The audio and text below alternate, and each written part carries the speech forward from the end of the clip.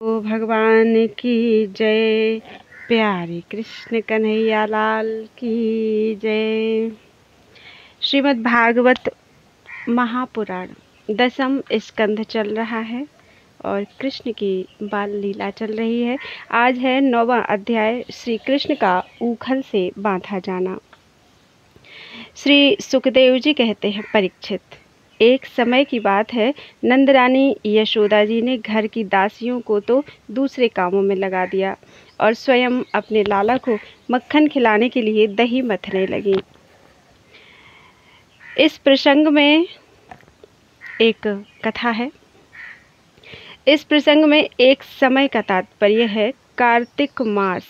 पुराणों में इसे दामोदर मास कहते हैं। इंद्र याग के अवसर पर दासियों का दूसरे कामों में लग जाना स्वाभाविक है। नियुक्तासु इस पद से ध्वनित होता है कि यशोदा माता ने जानबूझकर दासियों को दूसरे काम में लगा दिया था।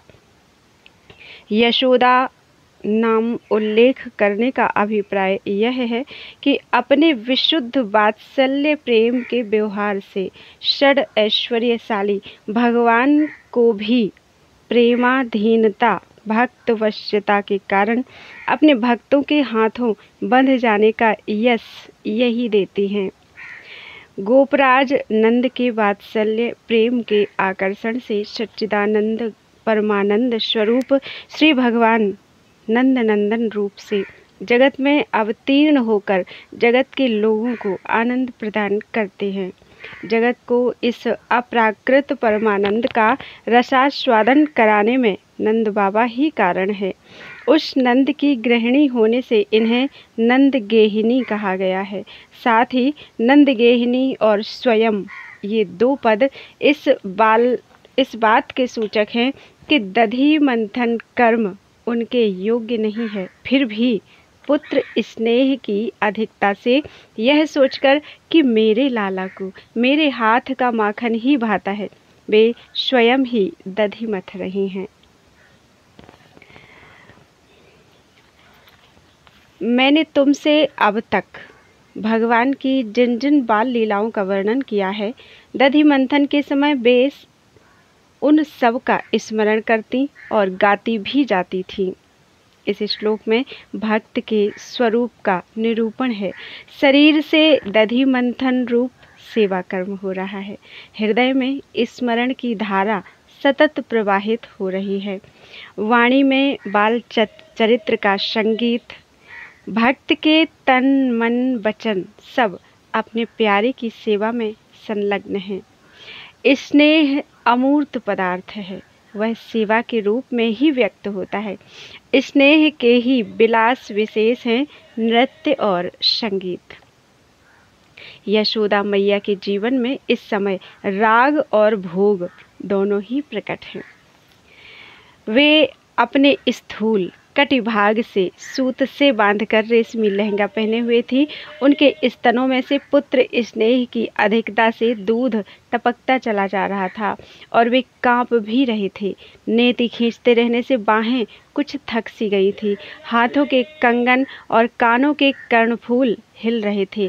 मुंह पर पसीने की बूंदें झलक रही थीं। चोटी में गुथे हुए मालती के सुंदर पुष्प गिरते जा रहे थे। सुंदर भौहों वाली यशोदा इस प्रकार दही मथ रही थी। और भी व्याख्या है। कमर में रेशमी लहंगा डोरी से कसकर बंधा हुआ है, अर्थात जीवन में आलस्य, प्रमाद, असावधानी नहीं है। सेवा कर्म में पूरी तत्परता है। रेशमी लहंगा इसीलिए पहने हैं कि किसी प्रकार की अपवित्रता रह गई तो मेरे कन्हैया को कुछ हो जाएगा। माता के स्नेह का रस माता के हृदय का रस स्नेह दूध स्तन के मुंह आ लगा है, अर्थात चुचुआ रहा है, बाहर झांक रहा है। श्याम सुंदर आवे, उनकी दृष्टि पहले मुझ पर पड़े और वे पहले माखन ना खाकर मुझे ही पीवें, यही उसकी लालसा है।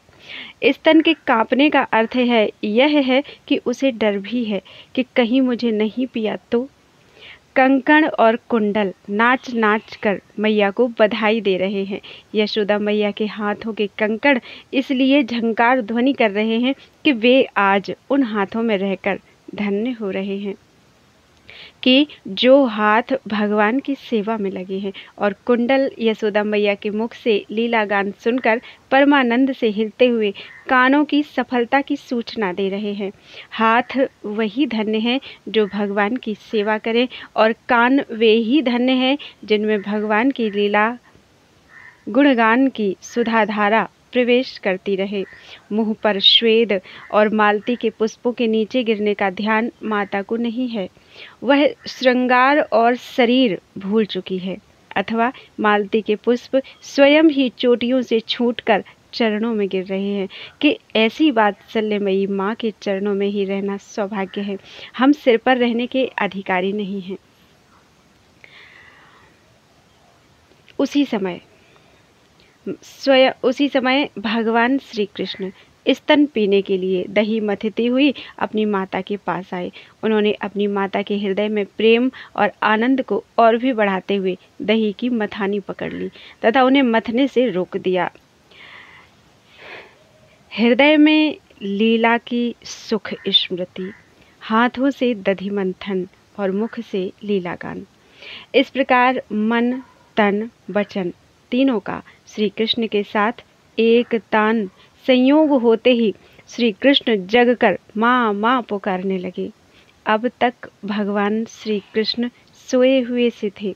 माँ की स्नेह साधना ने उन्हें जगा दिया।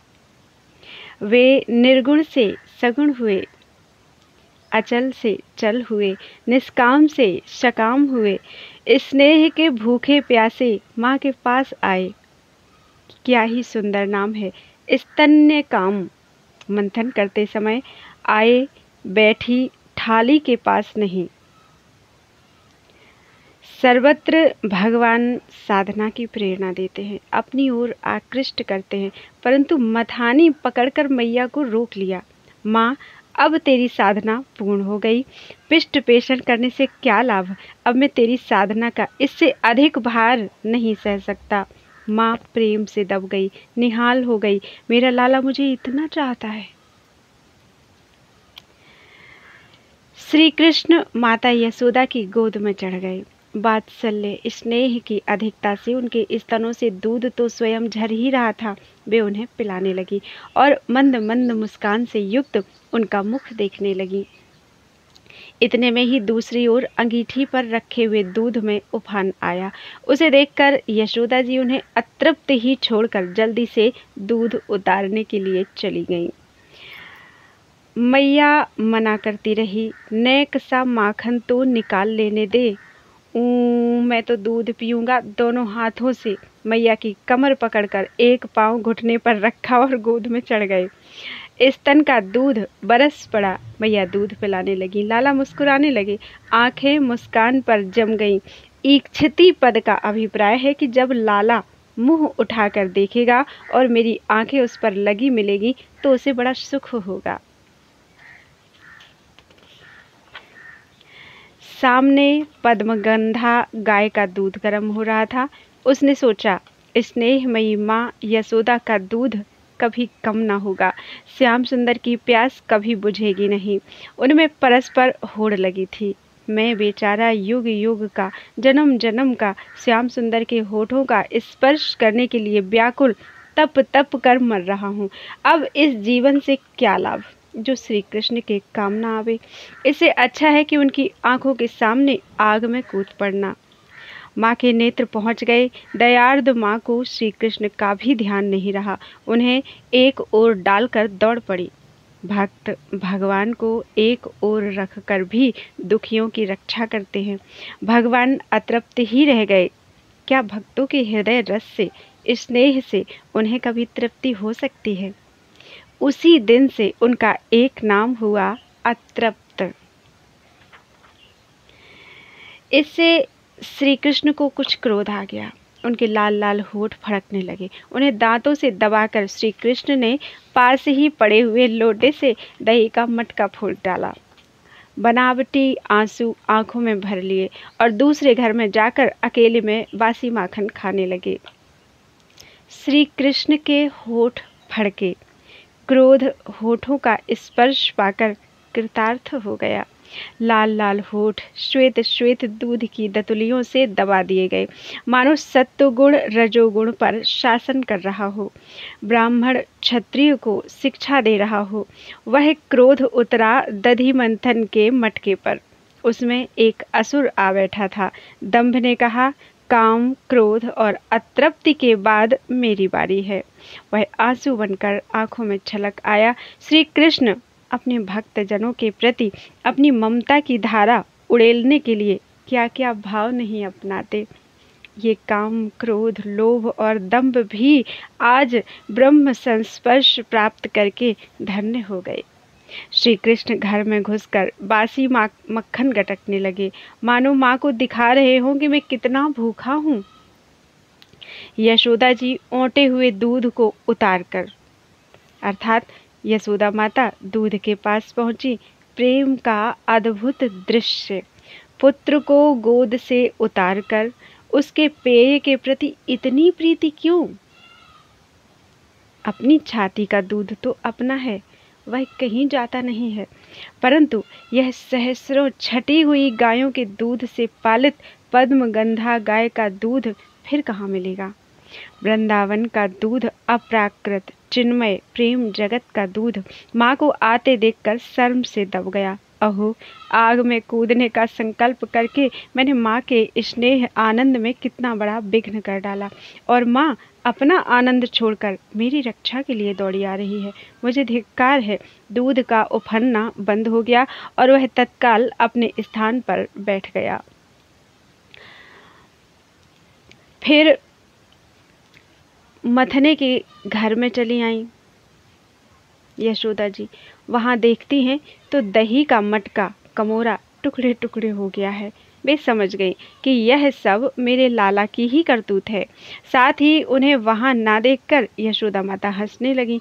इधर उधर ढूंढने पर पता चला कि श्री कृष्ण एक उल्टे हुए उखल पर खड़े हैं और छीके पर का माखन ले लेकर बंदरों को खूब लुटा रहे हैं। उन्हें यह भी डर है कि कहीं मेरी चोरी खुल ना जाए, इसलिए चौकन्ने होकर चारों ओर ताकते जाते हैं। यह देखकर यशोदा रानी पीछे से धीरे धीरे उनके पास जा पहुंची। माँ, तुम अपनी गोद में नहीं बैठाओगी तो मैं किस खल की गोद में जा बैठूंगा? यही सोचकर मानो श्री कृष्ण उल्टे उखल के ऊपर जा बैठे। उदार पुरुष भले ही खलों की संगति में जा बैठे, परंतु उनका शील स्वभाव बदलता नहीं है। उखल पर बैठकर भी वे बंदरों को माखन बांटने लगे। संभव है रामावतार के प्रति जो कृतज्ञता का भाव उदय हुआ था, उसके कारण, अथवा अभी अभी क्रोध आ गया, उसका प्रायश्चित करने के लिए।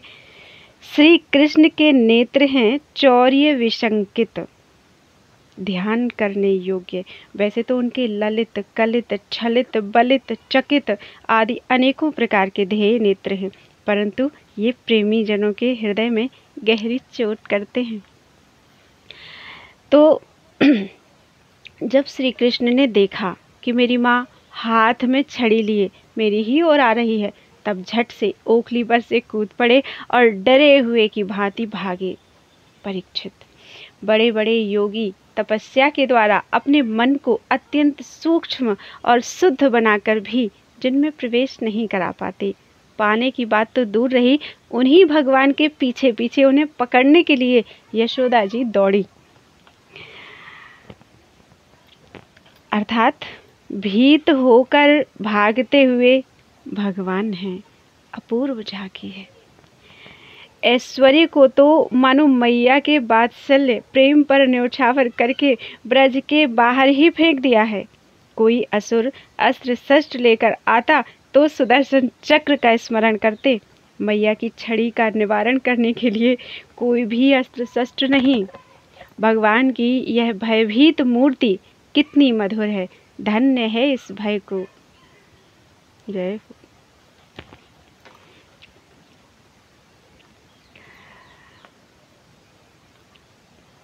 इस प्रकार जब यशोदा मैया श्री कृष्ण के पीछे दौड़ने लगी। तब कुछ ही देर में बड़े बड़े एवं हिलते हुए नितंबों के कारण उनकी चाल धीमी पड़ गई। वेग से दौड़ने के कारण चोटी की गांठ ढीली पड़ गई। वे ज्यों-ज्यों आगे बढ़ती, पीछे पीछे चोटी में गुंथे हुए फूल गिरते जाते। इस प्रकार सुंदरी यशोदा ज्यों-त्यों करके उन्हें पकड़ सकी। अर्थात माता यशोदा के शरीर और श्रृंगार दोनों ही विरोधी हो गए कि तुम प्यारे कन्हैया को क्यों खदेड़ रही हो, परंतु मैया ने पकड़कर ही छोड़ा। श्री कृष्ण का हाथ पकड़कर वे उन्हें डराने धमकाने लगी। उस समय श्री कृष्ण की झांकी बड़ी विलक्षण हो रही थी। अपराध तो किया ही था, इसलिए रुलाई रोकने पर भी ना रुकती थी। हाथों से आंखें मल रहे थे, इसलिए मुंह पर काजल की स्याही फैल गई थी। पिटने के भय से आंखें ऊपर की ओर उठ गई थीं। उनसे व्याकुलता सूचित होती थी। विश्व के इतिहास में भगवान के संपूर्ण जीवन में पहली बार स्वयं विश्वेश्वर भगवान माँ के सामने अपराधी बनकर खड़े हुए हैं। मानो अपराधी भी मैं ही हूँ, इस सत्य का प्रत्यक्ष करा दिया।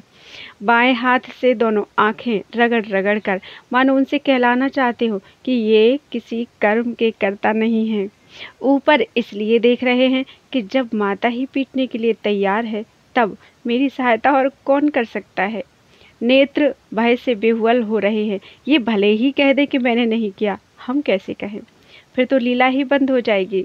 माँ ने डांटा, अरे अशांत प्रकृति, बानर बंधो, मंथनी स्फोटक, अब तुझे मक्खन कहाँ से मिलेगा। आज मैं तुझे ऐसा बांधूंगी कि ना तो तू ग्वाल वालों के साथ खेल ही सकेगा और ना माखन चोरी आदि ऊधम ही मचा सकेगा। जब यशोदा जी ने देखा कि लल्ला बहुत डर गया है, तब उनके हृदय में वात्सल्य स्नेह उमड़ आया। उन्होंने छड़ी फेंक दी। इसके बाद सोचा कि इसको एक बार रस्सी से बांध देना चाहिए, नहीं तो यह कहीं भाग जाएगा। परीक्षित, सच पूछो तो यशोदा मैया को अपने बालक के ऐश्वर्य का पता न था। अर्थात, अरे मैया मोही मत मार, माता ने कहा, यदि तुझे पिटने का इतना डर था तो मटका क्यों फोड़ा। श्री कृष्ण कहते हैं, अरे मैया मैं अब कभी ऐसा नहीं करूँगा, तू अपने हाथ से छड़ी डाल दे। श्री कृष्ण का भोलापन देखकर मैया का हृदय भर आया। वात्सल्य स्नेह के समुद्र में ज्वार आ गया। वे सोचने लगी, लाला अत्यंत डर गया है, कहीं छोड़ने पर यह भाग कर वन में न चला गया। वन में चला गया तो कहाँ कहाँ भटकता फिरेगा, भूखा प्यासा रहेगा, इसलिए थोड़ी देर तक बांध कर रख लूँ, दूध माखन तैयार होने पर मना लूँगी। यही सोच विचार कर माता ने बांधने का निश्चय किया। बांधने में वात्सल्य ही हेतु था। भगवान के ऐश्वर्य का अज्ञान दो प्रकार का होता है, एक तो साधारण प्राकृत जीवों का और दूसरा भगवान के नित्य सिद्ध प्रेमी परिकर को। यशोदा मैया आदि भगवान की स्वरूप भूता चिन्मयी लीला के अप्राकृत नित्य सिद्ध परिकर हैं। भगवान के प्रति वात्सल्य भाव, शिशु प्रेम की गाढ़ता के कारण उनका ऐश्वर्य ज्ञान अभिभूत हो जाता है, अन्यथा उनमें अज्ञान की संभावना ही नहीं है। इनकी स्थिति तुरीयावस्था अथवा समाधि का भी अतिक्रमण करके सहज प्रेम में रहती है। वहाँ प्राकृत अज्ञान, मोह, रजोगुण और तमोगुण की तो बात ही क्या, प्राकृत सत्व की भी गति नहीं है। इसलिए उनका अज्ञान भी भगवान की लीला की सिद्धि के लिए उनकी लीला शक्ति का ही एक चमत्कार विशेष है। तभी तक हृदय में जड़ता रहती है जब तक चेतन का स्फुरण नहीं होता। श्री कृष्ण के हाथ में आ जाने पर यशोदा माता ने बांस की छड़ी फेंक दी। यह सर्वथा स्वाभाविक है। मेरी तृप्ति का प्रयत्न छोड़कर छोटी मोटी वस्तु पर दृष्टि डालना केवल अर्थ हानि का ही हेतु नहीं है, मुझे भी आंखों से ओझल कर देता है, परंतु सब कुछ छोड़कर मेरे पीछे दौड़ना मेरी प्राप्ति का हेतु है। क्या मैया के चरित्र से इस बात की शिक्षा नहीं मिलती? मुझे योगियों की भी बुद्धि नहीं पकड़ सकती, परंतु जो सब ओर से मुंह मोड़ कर मेरी ओर दौड़ता है, मैं उसकी मुट्ठी में आ जाता हूँ। यही सोचकर भगवान यशोदा के हाथों पकड़े गए, जिसमें न बाहर है न भीतर, न आदि है और न अंत, जो जगत के पहले भी थे बाद में भी रहेंगे। इस जगत के भीतर तो हैं ही, बाहरी रूपों में भी हैं, और तो क्या जगत के रूप में भी स्वयं वही हैं। अर्थात इस श्लोक में श्री कृष्ण की ब्रह्म रूपता बताई गई है। उपनिषदों में जैसे ब्रह्म का वर्णन है, अपूर्वम अनपरम अनंतरम अब्राह्मम इत्यादि, वही बात यहाँ श्री कृष्ण के संबंध में है। वह सर्वाधिष्ठान, सर्व साक्षी, सर्वातीत, सर्व अंतर्यामी, सर्वोपादान एवं सर्वरूप ब्रह्म ही यशोदा माता के प्रेम के वश बंधने जा रहा है। बंधन रूप होने के कारण उसमें किसी प्रकार की असंगति या अनौचित्य भी नहीं है। यही नहीं, जो समस्त इंद्रियों से परे और अव्यक्त हैं, उन्हीं भगवान को मनुष्य का सा रूप धारण करने के कारण पुत्र समझकर यशोदा रानी रस्सी से ऊखल में ठीक वैसे ही बांध देती हैं जैसे कोई साधारण सा बालक। यह फिर कभी ऊखल पर जाकर ना बैठे, इसके लिए ऊखल से बांधना ही उचित है, क्योंकि खल का अधिक संग होने पर उससे मन में उद्वेग हो जाता है। जब यह ऊखल भी चोरी ही है, क्योंकि इसने कन्हैया के चोरी करने में सहायता की है। दोनों को बंधन योग्य देखकर ही यशोदा माता ने दोनों को बांधने का उद्योग किया। जब माता यशोदा अपने ऊधमी और नटखट लड़के को रस्सी से बांधने लगी, तब वह 2 अंगुल छोटी पड़ गई। तब उन्होंने दूसरी रस्सी लाकर उसमें जोड़ी। यशोदा माता ज्यों-ज्यों अपने स्नेह, ममता आदि गुणों अर्थात सद्गुणों या रस्सियों से श्री कृष्ण का पेट भरने लगती, त्यों-त्यों अपनी नित्य मुक्तता, स्वतंत्रता आदि सद्गुणों से भगवान अपने स्वरूप को प्रकट करने लगते।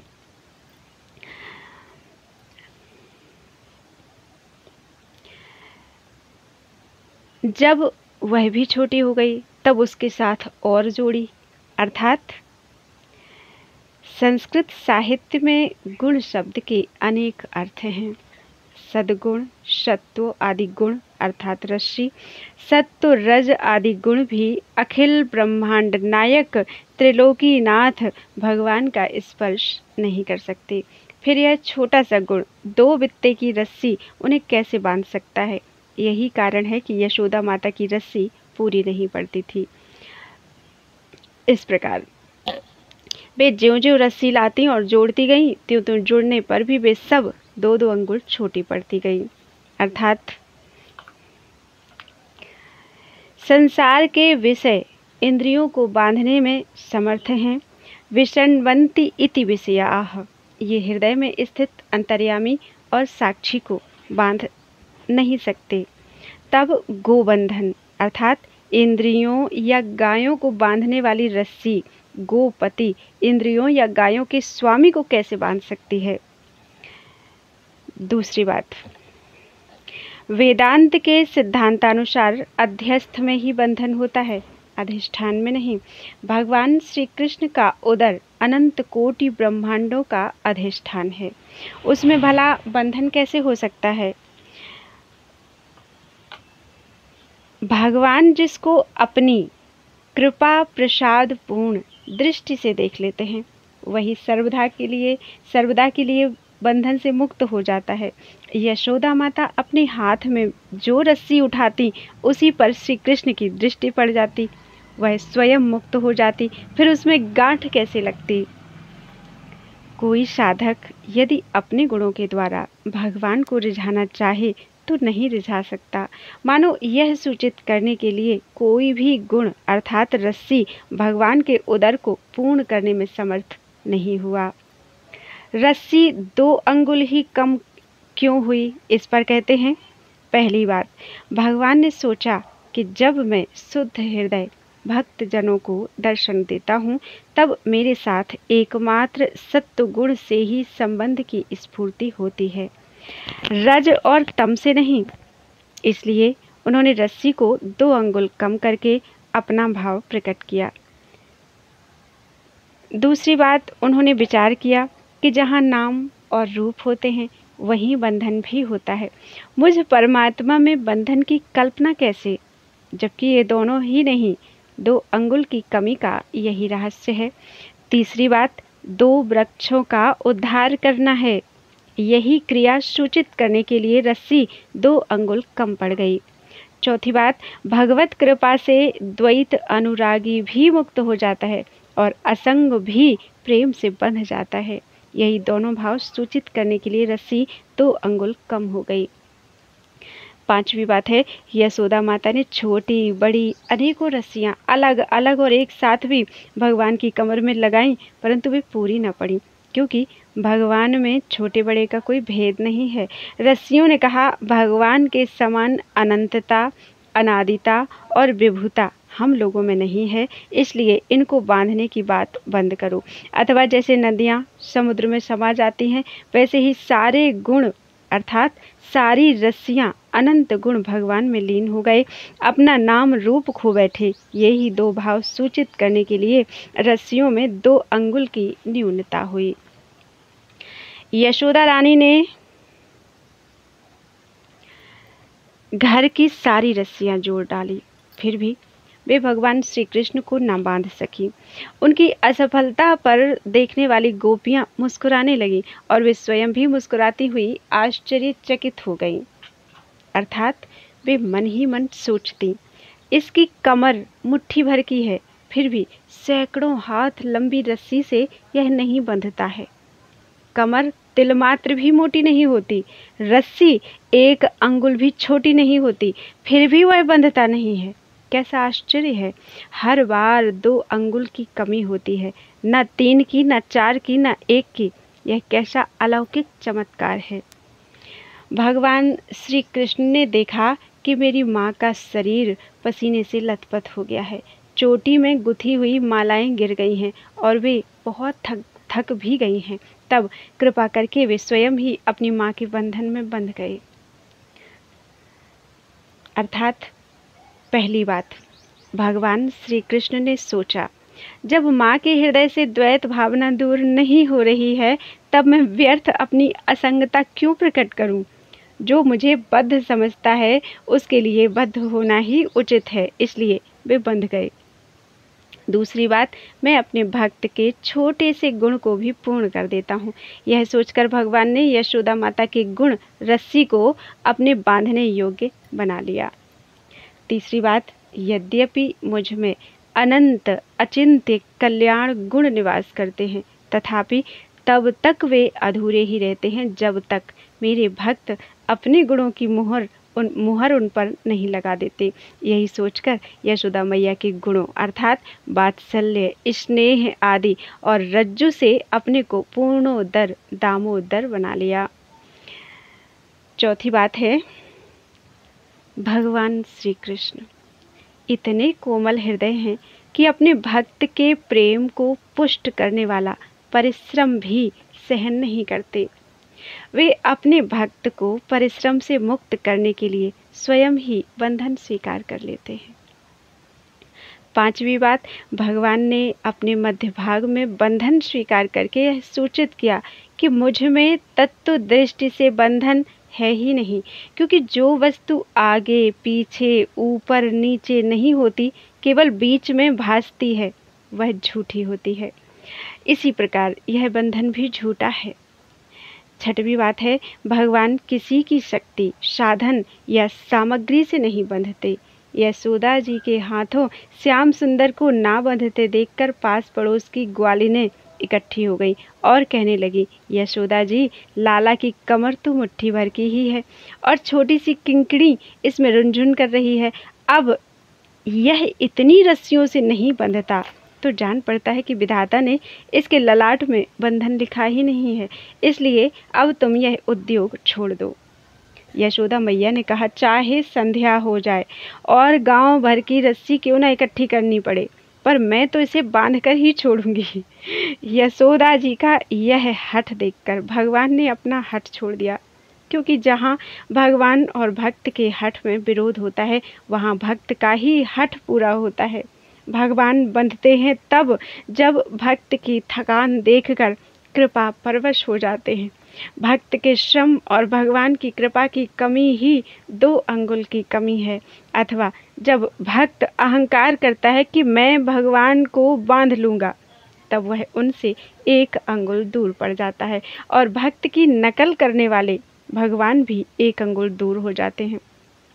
जब यशोदा माता थक गईं, उनका शरीर पसीने से लथपथ हो गया, तब भगवान की सर्वशक्ति चक्रवर्तिनी परम भास्वती भगवती कृपा शक्ति ने भगवान के हृदय को माखन के समान द्रवित कर दिया और स्वयं प्रकट होकर उसने भगवान की सत्य संकल्पितता और विभुता को अंतर्हित कर दिया।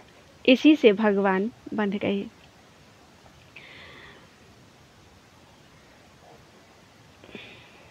ग्वालिनी यशोदा ने मुक्तिदाता मुकुंद से जो कुछ अनिर्वचनीय कृपा प्रसाद प्राप्त किया, वह प्रसाद ब्रह्मा पुत्र होने पर भी, शंकर आत्मा होने पर भी और वक्षस्थल पर विराजमान लक्ष्मी अर्धांगिनी होने पर भी नहीं पा सके, ना पा सके।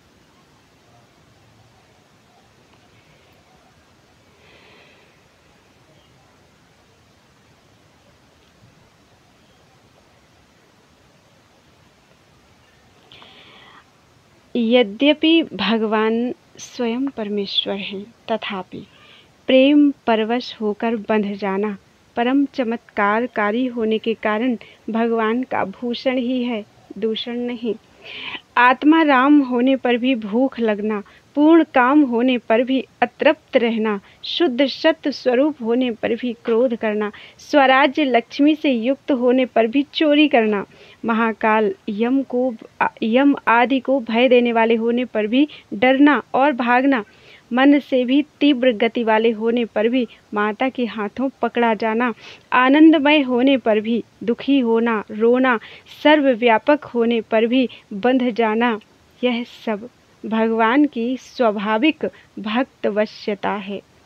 जो लोग भगवान को नहीं जानते, उनके लिए तो इसका कुछ उपयोग नहीं है, परंतु जो श्री कृष्ण को भगवान के रूप में पहचानते हैं, उनके लिए यह अत्यंत चमत्कारी वस्तु है और यह देखकर जानकर उनका हृदय द्रवित हो जाता है, भक्ति प्रेम से सराबोर हो जाता है। अहो विश्वेश्वर प्रभु अपने भक्त के हाथों ऊखल में बंधे हुए हैं। यह गोपिका नंदन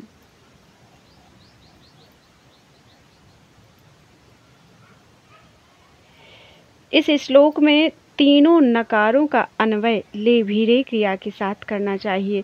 ना पा सके, ना पा सके, ना पा सके।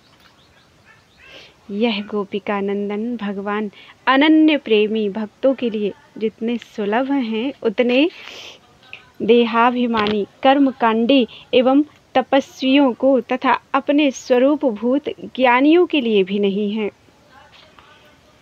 ज्ञानी पुरुष भी भक्ति करें तो उन्हें इन सगुण भगवान की प्राप्ति हो सकती है, परंतु बड़ी कठिनाई से ऊखल बंधे भगवान सगुण हैं, वे निर्गुण प्रेमी को कैसे मिलेंगे। इसके बाद नंद रानी यशोदा जी तो घर के काम धंधों में उलझ गईं और ऊखल में बंधे हुए भगवान श्याम सुंदर ने उन दोनों अर्जुन वृक्षों को मुक्ति देने की सोची, जो पहले यक्षराज कुबेर के पुत्र थे। स्वयं बंधकर भी बंधन में पड़े हुए यक्षों की मुक्ति की चिंता करना सत्पुरुष के सर्वथा योग्य है। जब यशोदा माता की दृष्टि श्री कृष्ण से हटकर दूसरे पर पड़ती है, तब वे भी किसी दूसरे को देखने लगते हैं। और ऐसा ऊधम मचाते हैं कि सबकी दृष्टि उनकी ओर खिंच आए। देखिए, पूतना, सकटासुर, तृणावर्त आदि का प्रसंग। तो इसके बाद नंद रानी यशोदा जी तो घर के काम धंधों में उलझ गईं और उखल में बंधे हुए भगवान श्याम सुंदर ने उन दोनों अर्जुन वृक्षों को मुक्ति देने की सोची, जो पहले यक्षराज कुबेर के पुत्र थे। इनके नाम थे नलकूबर और मणिग्रीव। इनके पास धन, सौंदर्य और ऐश्वर्य की पूर्णता थी। इनका घमंड देखकर ही देवर्षि नारद जी ने इन्हें श्राप दे दिया था और ये वृक्ष हो गए थे। ये अपने भक्त कुबेर के पुत्र थे, इसलिए इनका अर्जुन नाम है। ये देवर्षि नारद के द्वारा दृष्टिपूत किए जा चुके हैं, इसलिए भगवान ने उनकी ओर देखा। जिसे पहले भक्ति की प्राप्ति होती है, उस पर कृपा करने के लिए स्वयं बंधकर भी भगवान आते हैं। बोलो वृंदावन बिहारी लाल की जय। 10वां अध्याय, यमलार्जुन का उद्धार। राजा परीक्षित ने पूछा, भगवान आप कृपया यह बतलाइए कि नलकूबर और मणिग्रीव को शाप क्यों मिला? उन्होंने ऐसा कौन सा निंदित कर्म किया था जिसके कारण परम शांत देवर्षि नारद जी को भी क्रोध आ गया? श्री सुखदेव जी ने कहा, परीक्षित, नलकूबर और मणिग्रीव ये दोनों एक तो धनाध्यक्ष कुबेर के लाडले लड़के थे और दूसरे इनकी गिनती हो गई रुद्र भगवान के अनुचरों में।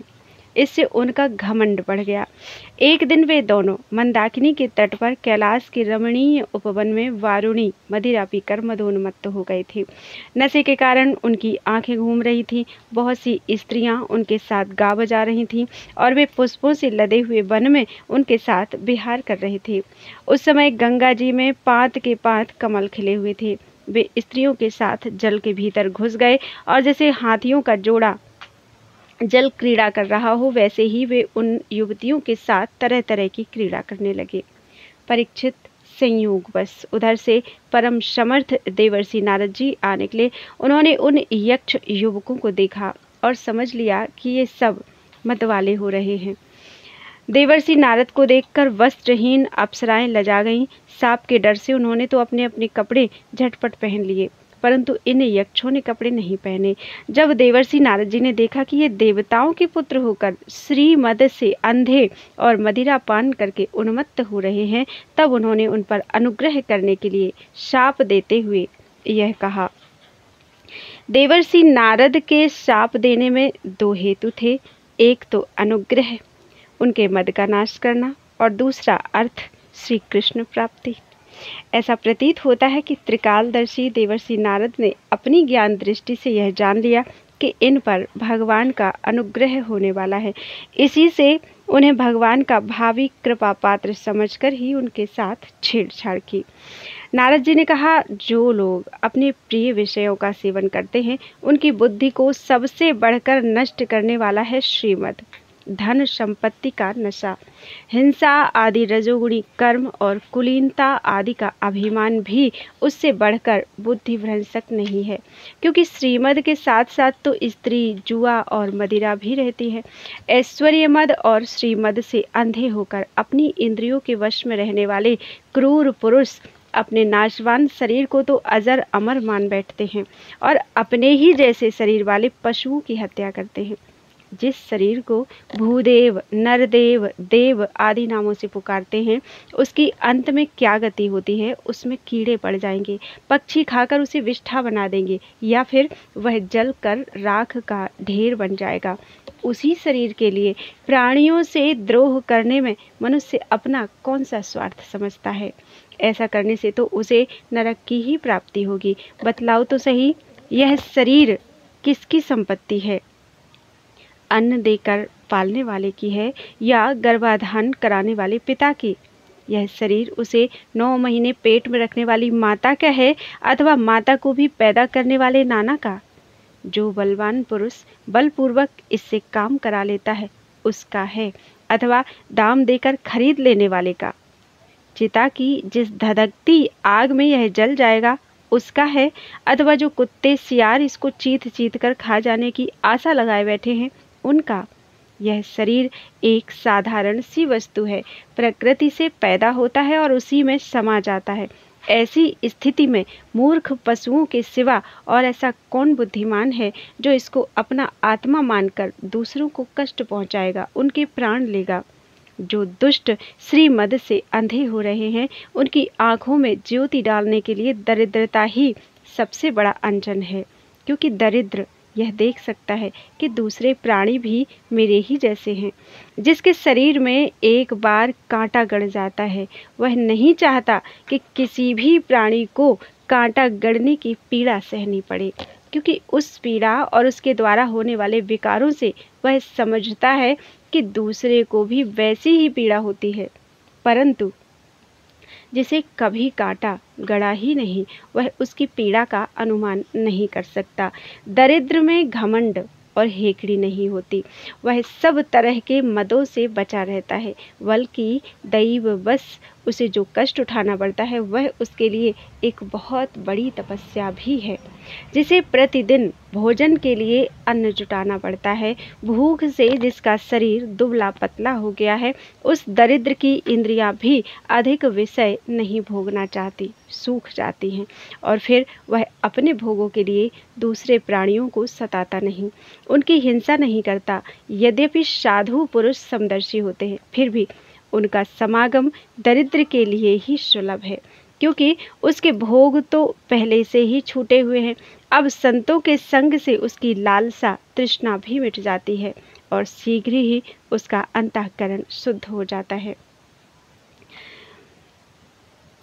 अर्थात धनी पुरुष में 3 दोष होते हैं। धन पहला दोष, दूसरा धन का अभिमान और तीसरा धन की तृष्णा। दरिद्र पुरुष में पहले 2 नहीं होते, धन और धन का अभिमान, केवल तीसरा ही दोष होता है, धन की तृष्णा। इसलिए सत्पुरुषों के संग से धन की तृष्णा मिट जाने पर धनियों की अपेक्षा उसका शीघ्र कल्याण हो जाता है। जिन महात्माओं के चित्त में सबके लिए समता है, जो केवल भगवान के चरणारविंदों का मकरंद रस पीने के लिए सदा उत्सुक रहते हैं, उन्हें दुर्गुणों के खजाने अथवा दुराचारियों की जीविका चलाने वाले और धन के मद से मत वाले दुष्टों की क्या आवश्यकता है। वे तो उनकी उपेक्षा के ही पात्र हैं। धन स्वयं एक दोष है। 7वें स्कंध में कहा है कि जितने से पेट भर जाए उससे अधिक को अपना मानने वाला चोर है और दंड का पात्र है। स स्तेनो दंडमर्हति, भगवान भी कहते हैं जिस पर मैं अनुग्रह करता हूँ उसका धन छीन लेता हूँ। इसी से सत्पुरुष प्रायः धनियों की उपेक्षा करते हैं। ये दोनों यक्ष वारुणी मदिरा का पान करके मतवाले और श्रीमद से अंधे हो रहे हैं। अपनी इंद्रियों के अधीन रहने वाले इन स्त्री लंपट यक्षों का अज्ञान जनित मद मैं चूर चूर कर दूंगा। देखो तो सही कितना अनर्थ है कि ये लोकपाल कुबेर के पुत्र होने पर भी मदोन्मत्त होकर अचेत हो रहे हैं और इनको इस बात का भी पता नहीं है कि हम बिल्कुल नंग धड़ंग हैं। इसलिए ये दोनों अब वृक्ष योनि में जाने के योग्य हैं। ऐसा होने से इन्हें फिर इस प्रकार का अभिमान नहीं होगा। वृक्ष योनि में जाने पर भी मेरी कृपा से इन्हें भगवान की स्मृति बनी रहेगी और मेरे अनुग्रह से देवताओं के 100 वर्ष बीतने पर इन्हें भगवान श्री कृष्ण का सानिध्य प्राप्त होगा और फिर भगवान के चरणों में परम प्रेम प्राप्त करके ये अपने लोक में चले जाएंगे। श्री सुखदेव जी कहते हैं, देवर्षि नारद इस प्रकार कहकर भगवान नर नारायण के आश्रम पर चले गए। पहली बात, शाप वरदान से तपस्या क्षीण होती है। नलकूबर मणिग्रीव को शाप देने के पश्चात नर नारायण आश्रम की यात्रा करने का यह अभिप्राय है कि फिर से तपः संचय कर लिया जाए। नलकूबर और मणिग्रीव ये दोनों एक ही साथ अर्जुन वृक्ष होकर यमलार्जुन नाम से प्रसिद्ध हुए। भगवान श्री कृष्ण ने अपने परम प्रेमी भक्त देवर्षि नारद जी की बात सत्य करने के लिए धीरे धीरे ऊखल घसीटते हुए उस ओर प्रस्थान किया जिधर यमलार्जुन वृक्ष थे। भगवान ने सोचा कि देवर्षि नारद मेरे अत्यंत प्यारे हैं और ये दोनों भी मेरे भक्त कुबेर के लड़के हैं, इसलिए महात्मा नारद ने जो कुछ कहा है उसे मैं ठीक उसी रूप में पूरा करूंगा। मैंने यक्षों पर जो अनुग्रह किया है वह बिना तपस्या के पूर्ण नहीं हो सकता, इसलिए अपने आराध्य देव एवं गुरुदेव नारायण के सम्मुख अपना कृत्य निवेदन करने के लिए भगवान श्री कृष्ण अपनी कृपा दृष्टि से उन्हें मुक्त कर सकते थे, परंतु वृक्षों के पास जाने का कारण यह है कि देवर्षि नारद ने कहा था कि तुम्हें वासुदेव का सान्निध्य प्राप्त होगा। यह विचार करके भगवान श्री कृष्ण दोनों वृक्षों के बीच में घुस गए। अर्थात वृक्षों के बीच में जाने का आशय यह है कि भगवान जिसके अंतर्देश में प्रवेश करते हैं उसके जीवन में क्लेश का लेस भी नहीं रहता। भीतर प्रवेश किए बिना दोनों का एक साथ उद्धार भी कैसे होता। वे तो दूसरी ओर निकल गए, परंतु ऊखल टेढ़ा होकर अटक गया। दामोदर भगवान श्री कृष्ण की कमर में रस्सी कसी हुई थी। उन्होंने अपने पीछे लुढ़कते हुए ऊखल को ज्यों ही तनिक जोर से खींचा त्यों ही पेड़ों की सारी जड़ें उखड़ गईं। अर्थात जो भगवान के गुण, भक्त वात्सल्य आदि सद्गुण या रस्सी से बंधा हुआ है वह तिर्यक गति पशु पक्षी या टेढ़ी चाल वाला ही क्यों ना हो दूसरों का उद्धार कर सकता है। अपने अनुयायी के द्वारा किया हुआ काम जितना यशस्कर होता है उतना अपने हाथ से नहीं, मानो यही सोचकर अपने पीछे पीछे चलने वाले ऊखल के द्वारा उनका उद्धार करवाया। समस्त बल विक्रम के केंद्र भगवान का तनिक सा जोर लगते ही पेड़ों के तने, शाखाएं, छोटी छोटी डालियां और एक एक पत्ते कांप उठे और वे दोनों बड़े जोर से तड़फड़ाते हुए पृथ्वी पर गिर पड़े। उन दोनों वृक्षों में से अग्नि के समान तेजस्वी दो सिद्ध पुरुष निकले। उनके चमचमाते हुए सौंदर्य से दिशाएं दमक उठी। उन्होंने संपूर्ण लोकों के स्वामी भगवान श्री कृष्ण के पास आकर उनके चरणों में सिर रखकर प्रणाम किया और हाथ जोड़कर शुद्ध हृदय से वे उनकी इस प्रकार स्तुति करने लगे।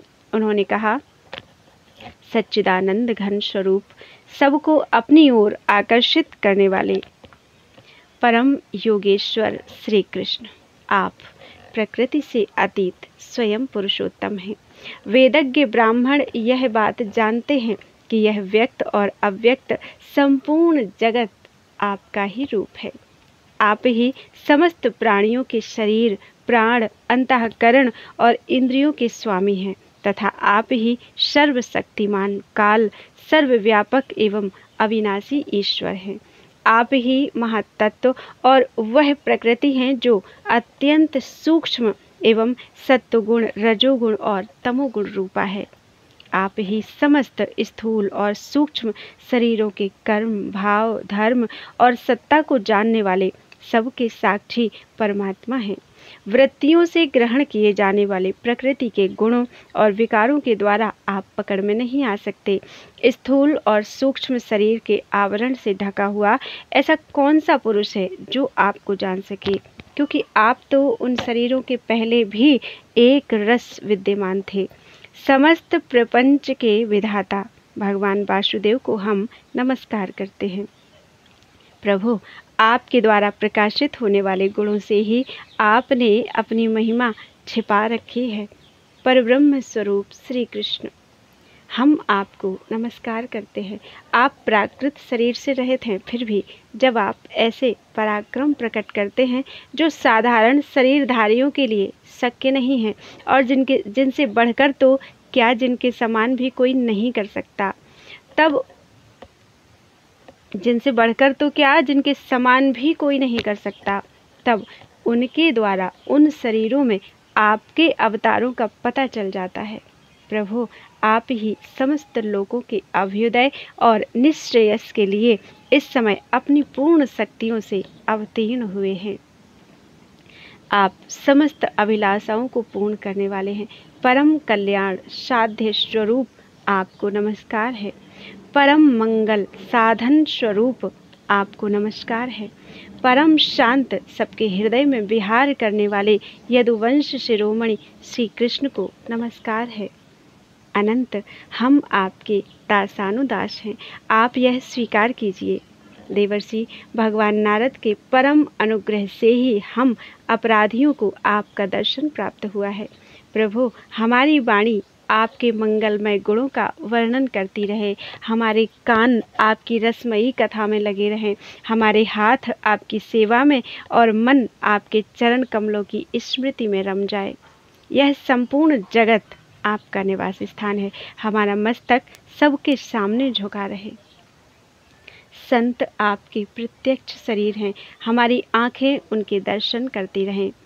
श्री सुखदेव जी कहते हैं, सौंदर्य माधुर्य निधि गोकुलेश्वर श्री कृष्ण ने नलकूबर और मणिग्रीव के इस प्रकार स्तुति करने पर रस्सी से ऊखल में बंधे बंधे ही हंसते हुए उनसे कहा, सर्वदा मैं मुक्त रहता हूँ और बद्ध जीव मेरी स्तुति करते हैं। आज मैं बद्ध हूँ और मुक्त जीव मेरी स्तुति कर रहे हैं। यह विपरीत दशा देखकर भगवान को हंसी आ गई। ये था हंसने का कारण। और उनसे कहा, श्री भगवान ने कहा, तुम लोग श्रीमत से अंधे हो रहे थे। मैं पहले से ही यह बात जानता था कि परम कारुणिक देवर्षि नारद ने शाप देकर तुम्हारा ऐश्वर्य नष्ट कर दिया तथा इस प्रकार तुम्हारे ऊपर कृपा की। जिनकी बुद्धि समदर्शिनी है और हृदय पूर्ण रूप से मेरे प्रति समर्पित है, उन साधु पुरुषों के दर्शन से बंधन होना ठीक वैसे ही संभव नहीं है जैसे सूर्योदय होने पर मनुष्य के नेत्रों के सामने अंधकार का होना। इसलिए नलकूबर और मणिग्रीव, तुम लोग मेरे परायण होकर अपने अपने घर जाओ। तुम लोगों को संसार चक्र से छुड़ाने वाले अनन्य भक्ति भाव की जो तुम्हें अभीष्ट है प्राप्ति हो गई। श्री सुखदेव जी कहते हैं, जब भगवान ने इस प्रकार कहा तब उन दोनों ने उनकी परिक्रमा की और बार बार प्रणाम किया। इसके बाद ऊखल में बंधे हुए सर्वेश्वर की आज्ञा प्राप्त करके उन लोगों ने उत्तर दिशा की ओर यात्रा की। अर्थात यक्षों ने विचार किया कि जब तक यह सगुण रस्सी में बंधे हुए हैं तभी तक हमें इनके दर्शन हो रहे हैं। निर्गुण को तो मन से सोचा भी नहीं जा सकता। इसी से भगवान के बंधे रहते ही वे चले गए। स्वस्यस्तु उलूखल सर्वदा श्री कृष्ण गुणशाली एव भूयाः। ऊखल, तुम्हारा कल्याण हो, तुम सदा श्री कृष्ण के गुणों से बंधे रहो। ऐसा ऊखल को आशीर्वाद देकर यक्ष वहाँ से चले गए। बोलो वृंदावन बिहारी लाल की जय। त्वदीयं वस्तु गोविंदम तुभ्यमेव समर्पितम्।